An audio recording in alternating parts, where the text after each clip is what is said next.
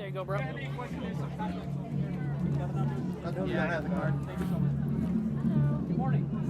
hello. How's your day going?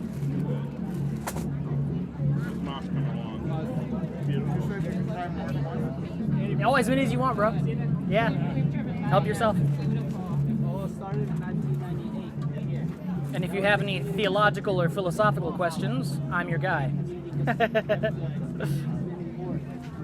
That's me. Assalamu alaikum, bro. How's it going, man? How's it going, brother? It's going good, man. I appreciate your understanding as well about the whole food thing, man. I really do.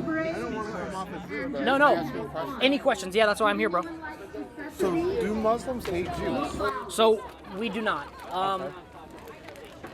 Basically, so there's what's called mutual exclusivity of faiths. So, for example, what condemns you in Islam is what saves you in Christianity. What saves you in Christianity will condemn you in Islam. What I mean by this is, I know you mentioned Judaism, and I'll talk about that. But basically, there's a verse in the Quran I can quote you. I can bring it up if you'd like. But it says that nothing forbids us from being kind and just to those who do not wage war against us or expel us from our homes. So basically, there's a principle of self-defense in the Quran which says, fight those who fight you, but if they cease fighting you, you must make peace, and God does not like the transgressors. So it's not that we hate Jews, but what we do is we recognize the institution of Zionism, which started in the late 1800s. I don't know if you know the research behind Zionism. Okay.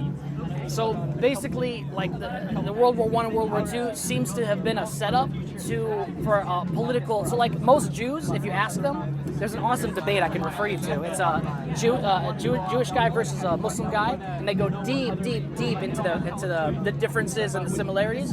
And the Jewish gentleman, very honest man, he was able to admit that most Jews are atheists.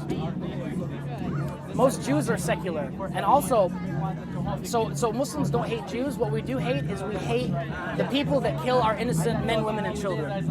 And they masquerade, even like the authentic Jewish people, they are against the Zionists. The Jews that wear the hat with the hair that comes down and that, they denounce these people who are going out, and they're like, it even says in the Old Testament, God has commanded them not to make a nation. So they're going directly against. So basically, yeah, good question.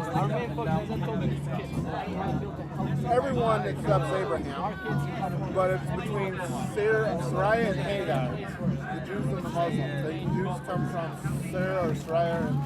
I thought it was that the Jewish people came from Ishmael and the Muslims came from Ishaq or whatever it is.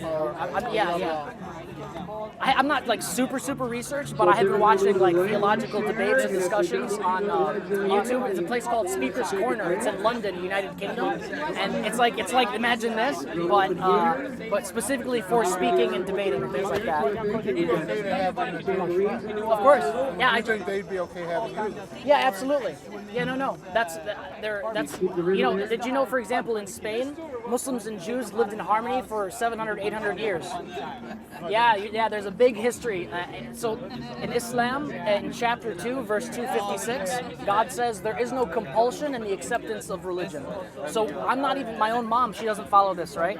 I'm not allowed to be like, Mom, look at this, Mom. I can't bother her. I have to invite. So in Islam, what we do is called Dawah. Dawah literally translates to invitation. So you can't invite somebody into your house forcibly. You go, hey, come here, you know what I mean? You say, hey, this is what we believe.